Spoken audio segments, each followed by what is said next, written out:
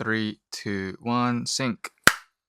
All right, another uncut entry. I gotta look at my notes. Let's look at my notes. What has been done the last week? Actually, the last week I've been working on doing up the marketing for Pioneers of Greatness. So the social media stuff, been active on the TikTok, making sure I just throw everything on the wall and then see what sticks. The whole strategy for this is to have like the more of the end product on the Instagram, more of like the clean cut professional editorial type vibe going, and then on TikTok it's all like the raw behind the scenes. So basically focusing more on building the brand and what goes behind it and all that shit. And then for the Instagram it's just like boom, the products, the vision, the whatnots. But yeah, that was pretty much what I've been focusing on this past week. I also got my good mate to try it on. So he's taller than me and bigger build. So I got him to try this denim jacket, and I would say this is a size small. He's more of a size large. So I got a, what do you call it? One of his shirt that he wears for reference. So I could, size up this denim jacket. And that's something I have yet to do. So that's on my list of things to do. I'm not actually trying to rush dropping this product. There's still some things I need to figure out. That's why when I promote or push the social media stuff, I say coming early 2026. So there is no fixed date yet. So I'm pretty flexible with it. But as long as I can build a noise before I drop, that's usually what you want to be doing anyways. You don't just want to drop and then it's all crickets. So you want to make some kind of noise first and then drop. So that's what I'm sort of working towards. Definitely need to do more shoots, but this time here in London, since we've been back for a week and a bit, a couple of weeks now. What else? That's pretty much it. But I think the main bits that I've been thinking about is, what is it?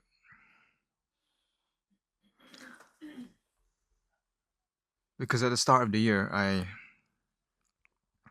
was looking for office part-time jobs. Not part-time, sorry.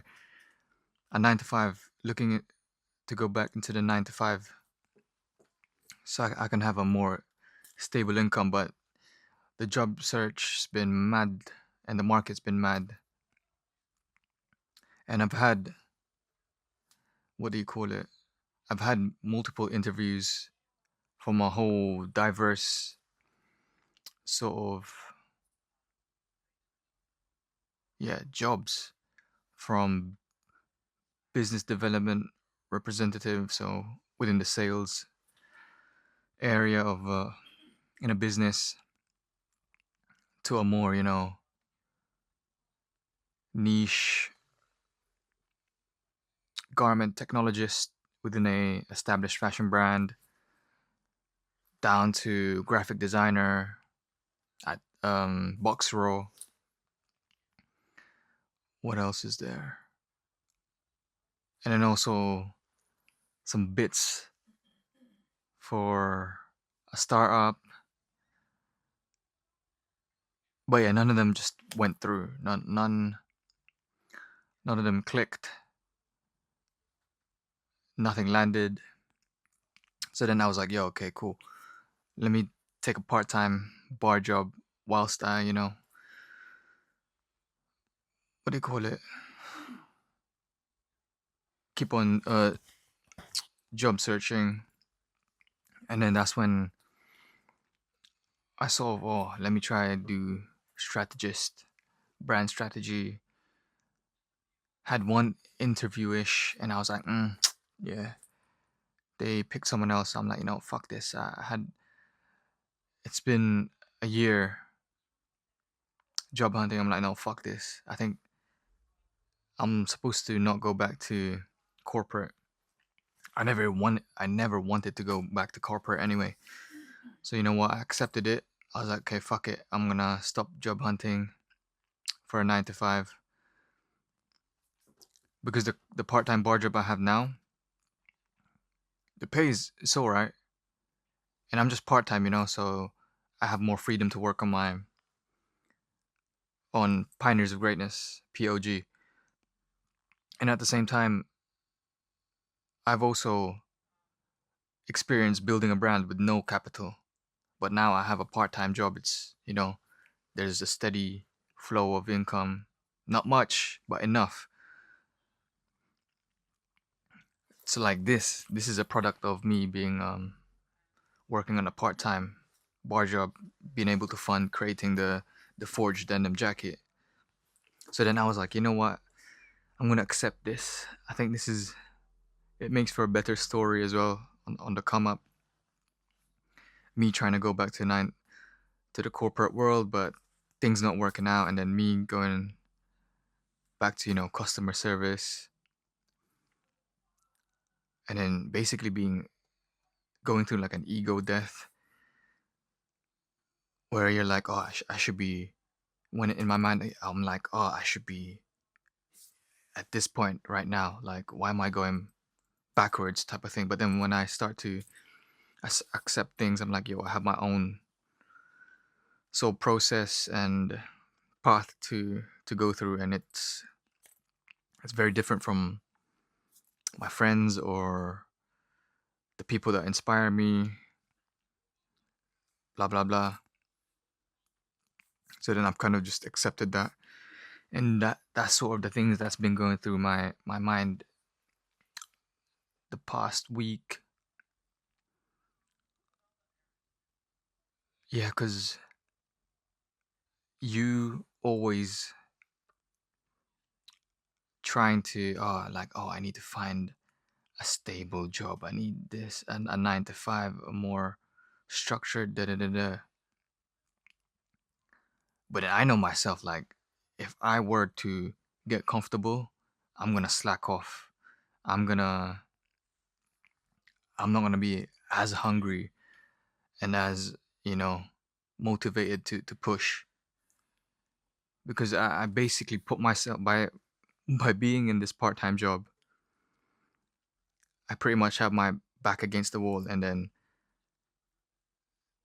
there's no way out but to go forward. I'm giving myself, like, what do you call it? I had it in my mind. Like, no options, basically. I'm like, I either make it work or I don't. And obviously, I need to make it work. And I think I've been bouncing that thought with ChatGPT as well. And then ChatGPT was just breaking it down, saying, yeah, this is what like most entrepreneurial people go through. You know, that's like one of the foundational parts of being an entrepreneur, is being in that situation where you have an idea, you built something, and it's not quite working yet, but then you put yourself in a position where you're not really in a cushiony job, corporate job, so that you're cool if it doesn't work. If your business doesn't work, you're fine with it, because You got regular income, stable income coming through from your 9 to 5. But I've stripped that from myself the moment I quit architecture, and me being in the industry for a year, quitting that, and then now 4 or 5 years later, getting a part-time bar job with a fluctuating sort of income. There's always income, but it just depends on the number of hours I do per week. It could be more, it could be less, depending on whatever shifts I'm given. But yeah, no, I've given myself a job that isn't as stable, which means now there's fire under me, more fuel, more fire of like, yeah, I need to make it work. I gotta find a way to make it work.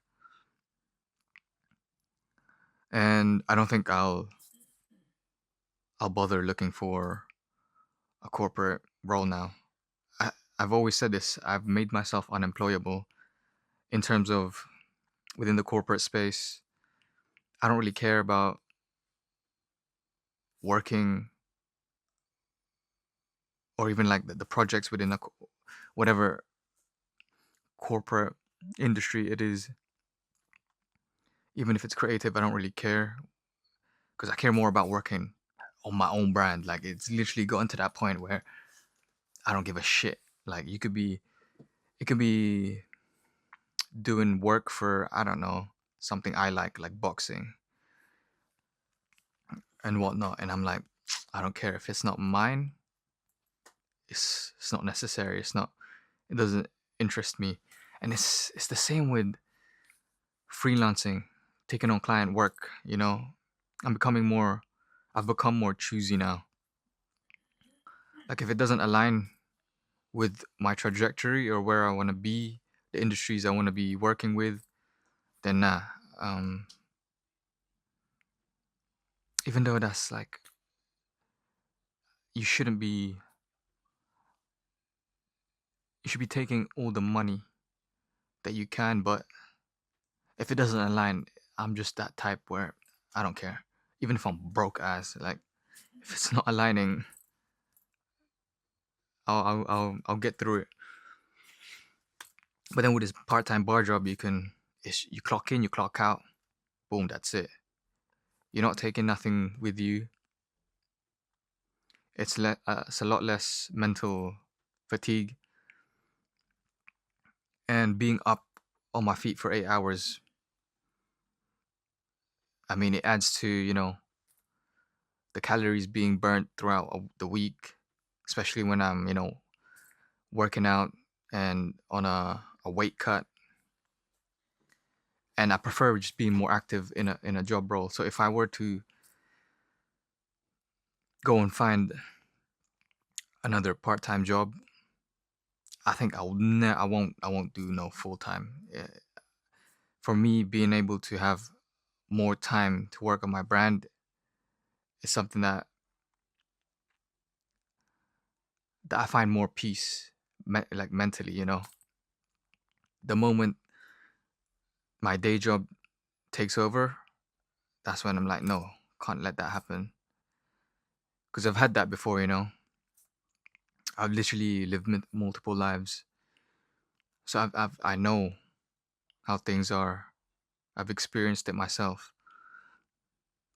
I've done the whole, full time corporate. I've done working for a startup. I've done the freelancing, the client work. So I know where I stand when balancing things. But yeah, no, if I were to look for another part-time job, I think it would either be more towards fashion, so retail. But then my current part-time job now is very flexible, very flexible. And also the team there's quite a lot of people. So let's say if I take an unpaid leave, it's cool. It'll be accepted. Or if I want to take a holiday, it'll be accepted because there's people to cover me. And that might not be the case if I, move into retail as a part-time, even though it is good to be more closer to the fashion bits. But if it's not flexible, then I don't want it. And right now, what I have, I think it's perfect for me. It's like the perfect. Imagine, I thought, because for me, I thought this part-time bar job would just be like a 1 month thing, and then boom, I would be doing 9 to 5. But then the longer it took, the more I realized, okay, I think this is actually the perfect place for me to, build base and really focus on building pioneers of greatness, the product development, pushing products to market, and just going through the whole process from concept to delivery, and doing more of those as frequently as possible. So I think that would be like one of the main focuses for 2026, to ship products as fast as possible and start building that connection with the customer, and having them become more familiar with the brand design languages and whatnot. But yeah, nah, I think these are the things that these upcoming, I'm not upcoming, sorry, like these, the ones that made it. So like, let's say the Ruigis, the Samuel Rosses, the Clints. Who else is there that I like? Edlu of Pieces Uniques. Who else is there? Yeah, basically the ones that have, so I've got a business within fashion that's, either established or it's stable.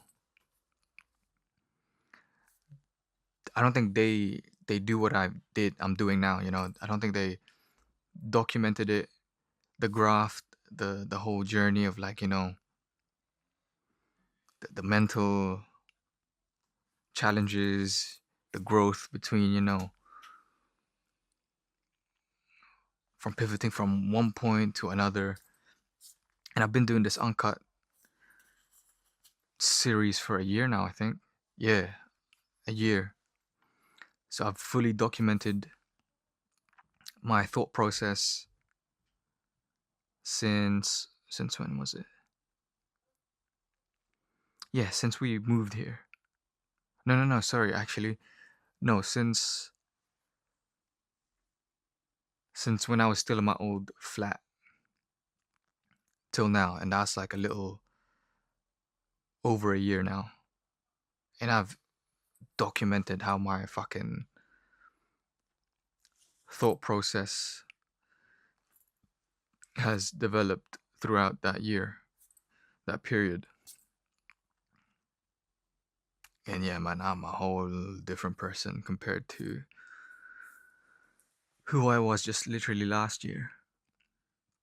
And that's that type of sort of documentation that I think these people missed out on, because it wasn't a thing. It wasn't a thing to. I mean, you got guys like Gary Vee who really documented his sort of journey and whatnot. But no, I don't know anyone in fashion that is doing what I'm doing, and really like documenting that shit. I'm dropping shit weekly, and then also making clips out of the long format of these entries that I do and post on YouTube. So there's a level of consistency there, and I've also built a system. Obviously, doing it for a year now. Not a perfect one, but it works for me at the moment. But yeah, no. Right now it's just figuring things out, seeing what works, seeing what doesn't, and then what does, and things that don't, you just remove that out of the picture and just refine like the process because now I'm starting to see like the systems that I need in place, or the systems that I'm currently building behind the scenes, my workflow, this, my thought processes, and all of that shit. And being able to, regulate my my vision for this, where I want to be taking Pioneers of Greatness. But yeah, I think it's honestly, it is getting clearer and clearer every week. I thought it was clear last year, but it's even clearer now. So yeah, I can't wait. Yeah, I can't wait. I think that's pretty much what I've done so far this week, or what's gone through my mind this week. Yeah. Fuck. That's it from me, man. I'm out. Peace.